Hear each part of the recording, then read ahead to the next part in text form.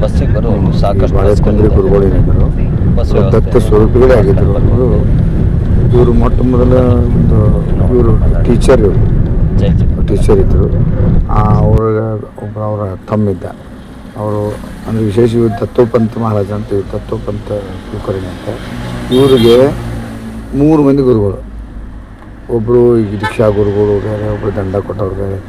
ಅದೊಂದು ಅದ್ಭುತವಾದಂಥ ದತ್ತ ಸ್ವರೂಪಿಗಳೇ ಆಗಿದ್ದರು. ಯಾಕಂದರೆ ಇದನ್ನು ಇದ್ರೊಳಗೆ ಹೇಳ್ತಾರಲ್ಲ, ಅವ್ರ ಚರಿತ್ರೆ ಒಳಗೆ ಬರ್ತದೆ. ಅದರೊಳಗೆ ಈ 3 ಗುರುಗಳದೊಳಗೆ ಒಬ್ಬರು ಬಾಲಮುಕುಂದರು ಅಂತ ಆಗಿದ್ರು. ಬಾಲಮುಕುಂದರು ಅಂದರೆ ಅವ್ರು ಒಂಥರ ಅವಧೂತ ಸ್ಥಿತಿ ಒಳಗಿರ್ತಿದ್ರು. ಅವರು ಒಬ್ಬರು ವಿಶೇಷವಾಗಿ ಯಾಕಂದರೆ ಅವಧೂತ ಸ್ಥಿತಿ ಅಂದರೆ ಹಂಗಿರ್ತದೆ. ಅವರು ಸದಾಕಾಲ ಒಂದು ಕೌಪಿ ಹಾಕ್ಕೊಂಡು ಓಡಾಡ್ತಿದ್ದಾರೆ. ಆಮೇಲೆ ಗೋಣಿ ಚೀಲ ಅವ್ರ ಮೈ ಮೇಲೆ ಇರ್ತಿತ್ತು. ಗೋಣಿ ಚೀಲ ಗೋಣಿ ಚೀಲದಾಗ ಅಡ್ಡಾಡ್ತಿದ್ರು ಅವರು. ಅಂಥ ಬಾಲಮುಕುಂದರಿಂದ ವಿಶೇಷ ಅನುಗ್ರಹ ಪಡೆದಂಥವ್ರು ಇವರು ಬಾಳೆಕುಂದ್ರಿ ಮಹಾರಾಜ.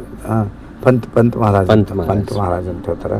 ಹಿಂಗಾಗಿ ಅವ್ರದ್ದು ಸಮಾಧಿ ಬಾಳೆಕುಂದ್ರಿ ಒಳಗದ. ಅದನ್ನು ನೋಡೋ ಭಾಳ ಚಂದದ. ಒಂದು ದರ್ಶನ ತೊಗೊಂಡ್ಬನ್ನಿ. ಬಾಳೆಕುಂದ್ರಿ ಮಹಾರಾಜರ ಸಣ್ಣ ಕಿರುಪರಿಚಯವನ್ನು ಕೊಟ್ಟಂಥ ಗುರುಗಳಾದ ಗಂಗಾಧರ ದೀಕ್ಷಿತ್ರವ್ರಿಗೆ ಧನ್ಯವಾದಗಳು. ಕೂಡ ಇದೇ ಥರ ನಮ್ಮ ಚಾನಲ್ನ ವೀಕ್ಷಣೆ ಮಾಡ್ತಾಯಿರಿ. ಲೈಕ್ ಮಾಡಿ, ಶೇರ್ ಮಾಡಿ, ಸಬ್ಸ್ಕ್ರೈಬ್ ಮಾಡಿ. ನಿಮ್ಮ ಪ್ರೋತ್ಸಾಹವನ್ನು ನಮಗೆ ಅತಿ ಹೆಚ್ಚಾಗಿ ಕೊಡಿ. ನಿಮ್ಮ ಅತಿ ಹೆಚ್ಚಿನ ಪ್ರೋತ್ಸಾಹಕ್ಕಾಗಿ ನಾವು ಸದಾ ಚಿರಋಣಿಯಾಗಿರ್ತೀವಿ. ಧನ್ಯವಾದಗಳು.